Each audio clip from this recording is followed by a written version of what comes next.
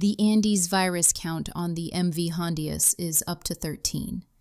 The ship is docked in Rotterdam, crew only, and CDC has published its first public-facing FAQ. So let's separate what's confirmed from what's still being inferred. This is Hantavirus Watch. Today, we're on a consolidation beat. The ship's chapter is closing, and we're walking through what those 13 cases actually break down to. Consolidation, sure, except 2 of those 13 came in over the last 5 days, after the passengers were already off the ship. So the trace is still very much live. Right. So that's where we start. The case count and the crew monitoring setup at Rotterdam. Then the FAQ. CIDRAP has it at 13 total, 3 deaths. The 2 new ones over the past 5 days fit the direct contact pattern we saw in the earlier confirmed cases. No sign of some new transmission route. Direct contact, okay. But are either of those 2 coming off the RIVM borderline monitoring track? Or are they genuinely new contacts the trace just caught up to? From what's reported, these read as confirmed contacts moving into the case column, not the weak positive signal RIVM flagged. That person is still on a separate track, exposed, monitored, not counted as a patient. Okay, and the ship itself. Rotterdam has it docked crew only, and the port has put up 25 mobile homes with catering and satellite comms. That's a real quarantine build. Who's footing that bill? The cost isn't spelled out, but the Port Authority is the one running the arrangement, which answers who's watching the crew now that the vessel's done moving. It's the RIVM monitoring protocol made physical. And that actually settles the question I've been chewing on. Passengers off in the Canaries in mid-May, ship to its final stop, crew under structured watch at the dock. The geography's done. It is. CDC's situation page treats this now as one coordinated multi-country operation, rather than 6 national clocks ticking on their own. So the FAQ, June 9, first thing CDC's written for regular people instead of clinicians. Does it finally say what a doctor reaches for? Or does it stop at the door again? It does address person-to-person risk for the general public directly, and it defines exposure.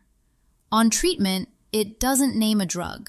There's a confirmed Andes patient in a Spanish military hospital. The favipiravir question's been hanging for a full week now, and the one document built to answer it just walks right past. I think the FAQ helps most on exposure.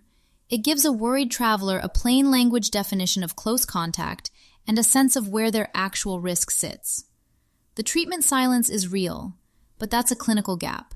The public guidance still does its main job. Fair split. Does it define close contact tightly enough for someone who shared a dining room for 3 weeks? Better than the Han advisory did. It frames it for general readers, which is exactly the line between an exposed contact, a suspected case, and a lab-confirmed one. At least 9 of the 13 are confirmed. The rest sit in that suspected category until testing resolves them. And that's the honest endpoint. Ships parked, crews in trailers, counts still creeping. The sailing is done. The follow-up keeps going. CDC writes. CDC, in coordination with state and federal partners, repatriated 18 people who were potentially exposed to hantavirus on the MV Hondius cruise ship in May 2026. They were flown to the Nebraska Quarantine Unit, NQU, at the University of Nebraska Medical Center for a 42-day public health monitoring period. CDC put up a formal situation page on June 9th, its own document, separate from the clinician advisory. It restates the core facts. Hantavirus, MV Hondius, reported May 2nd, and the line they're holding firmly. Pandemic risk and risk to the American public are both extremely low. Right, and it confirms what we've been trying to pin down. 18 exposed people repatriated to the Nebraska Quarantine Unit. That's the U.S. end accounted for. What's notable is who it's written for. The page literally says, for everyone. Up to now, the public guidance has been aimed at doctors. This is the first thing CDC has published that tries to tell a general reader what their risk actually is. Sure, and it tells them the risk is Extremely low, 3 times before it tells them anything else. I'll take the reassurance. I'd take a sentence on what a clinician reaches for even more. CIDRAP with Stephanie Sachere. Over the past 5 days, 2 more cases of Hantavirus have been confirmed among passengers and crew who were aboard the MV Hondius Dutch cruise ship in April and May. The outbreak now has 13 cases, 3 of which were fatal. Several passengers remain in isolation and quarantine in various countries, including 18 Americans who are staying in a biocontainment unit in Nebraska through the end of the month. The MV Hondius Andes virus cluster is now at 13, 3 of them fatal, 2 more confirmed over the past 5 days per CIDRAP. CDC still rates U.S. public risk extremely low. 2 new cases after the passengers are already scattered to their own countries. So the trace is still live. The count went up, not down. Right. And one of those earlier additions was a Dutch crew member who disembarked in Spain and was already under monitoring. So at least one came up out of the watch list, not out of nowhere. That's the one I want to know about. Was either of these 2 from the borderline monitoring track or genuinely new contacts? Because those are 2 very different stories about whether the net's holding. CIDRAP doesn't split that out today, so I'm not going to pretend it does. 13 total, 3 deaths, and the Andes strain is the one hantavirus that actually transmits person to person, which is why those monitoring windows run 42 days.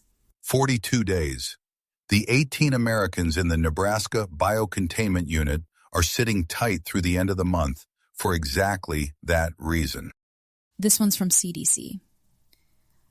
Andes virus is a type of hantavirus that can cause severe respiratory disease in people. It is not a new virus and is normally found in areas of South America. Hantavirus disease surveillance in the United States began in 1993 during an outbreak of severe respiratory illness in the Four Corners region, the area where Arizona, Colorado, New Mexico, and Utah meet.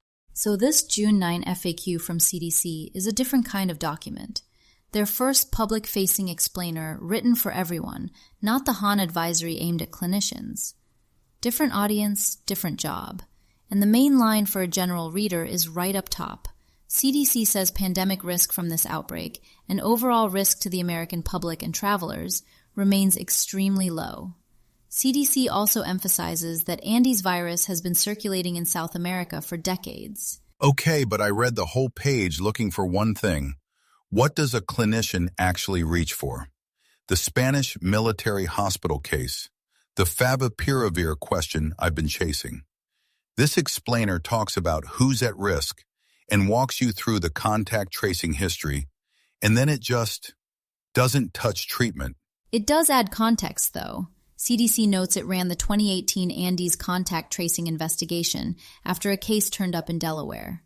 So when they say decades of experience, there's a specific precedent behind it. Here's the number that grounds me. 890 hantavirus cases total in the U.S. from 1993 to 2023. 30 years.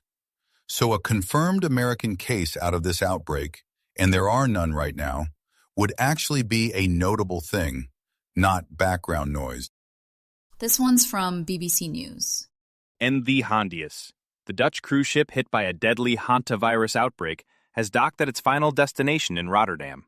Only the ship's crew were aboard for the last leg of the journey, as all passengers docked off the ship in the Canary Islands between 10 and 11 May. Rotterdam Port Harbour Master René de Vries said 25 mobile homes kitted out with catering and satellite communications would be available for the crew to self-isolate in. The MV Hondius has docked in Rotterdam. Final destination, crew only. Passengers came off in the Canary Islands back on May 10th and 11, so the people aboard for this last leg were the ship's own staff. And here's the concrete piece. Rotterdam's harbour master, René de Vries, says 25 mobile homes, catering, satellite comms, are set up at port for the crew to self-isolate in while they're tested. 25 mobile homes with satellite comms. So somebody's already answered the question I had Tuesday. Who owns the watch once the vessel's gone? The Rotterdam Port Authority does, on land, with an actual setup. What I want to know is who's paying for that and how long those crews sit there. WHO's recommending 42 days of isolation. That's 6 weeks in a mobile home off a Dutch dock. And note the count gap. This BBC piece lands the passenger total at 11 after Canada's case Sunday, but CIDRAP has already moved it to 13. The number's still climbing after the passengers walked off. Right, 2 more in 5 days. Passengers came off the ship a month ago, and the trace is still catching cases. That's the live part of this. Docking the ship closes one chapter. The outbreak still needs watching. When I see a headline say, 13 confirmed cases, but hundreds of contacts being monitored, I genuinely don't know what those categories mean. Like, what actually separates a confirmed case from a suspected one, or from just being on a list somewhere? Great question to slow down on, because those labels can blur together. A confirmed case means the lab test has come back positive for the virus. Here, Andy's strain Hantavirus. In WHO's May 8 disease outbreak news, only 3 of the original 8 reported cases had been lab confirmed at that point, even though all 8 were sick enough to be counted in the cluster. A suspected case is someone with symptoms that fit hantavirus pulmonary syndrome, fever, muscle aches, then that rapid respiratory decline, but the test either isn't back yet or was inconclusive. CDC's clinician brief notes that early HPS symptoms can look a lot like other respiratory illnesses, which is why that middle category exists. You don't wait for a lab result before treating someone who's deteriorating. Then there's the exposed contact bucket, which is by far the biggest group. In reporting on the MV Hondius, that means people who were on the ship, shared a cabin, or had close contact with a sick passenger. They aren't necessarily sick. Their exposure history means they need to be watched. CDC's interim Andes virus guidance from May 10 lays out a formal assessment and monitoring framework for exactly this kind of scenario. So if you're an exposed contact and you start showing symptoms, you move into suspected, and that's when the case count could jump pretty fast, right? Exactly. And that's why public health officials keep separating the confirmed case count from the monitored contact count. They measure different things. The contact list is precautionary. By itself, it doesn't mean the virus is spreading freely. What I'd watch for is suspected cases turning positive on lab testing, or new suspected cases in people with no shipboard exposure at all. That would change the picture.